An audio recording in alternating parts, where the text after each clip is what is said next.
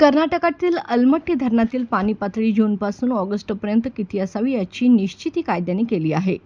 केंद्रीय जल आयोगाने याबाबत निर्देशही दिले आहेत, मात्र याचे पालन होत नाही. जूनपासून ऑगस्टपर्यंत पाणी पातळी कायद्याप्रमाणे राखली जात नाही. त्यामुळे 2 वेळा महापूर आला आहे.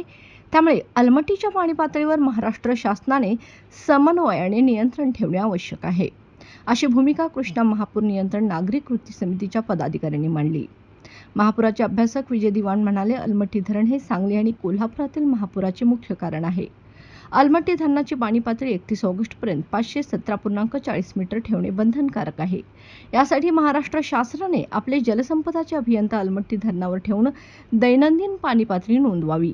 कर्नाटक शासनाला अलमट्टीमधील पाणी पातळी निर्देशाप्रमाणे ठेवण्यात भाग पाडावे. याबाबत भूमिका मांडण्यासाठी 7 जून रोजी जिल्हाधिकारी कार्यालयात बैठक होणार आहे.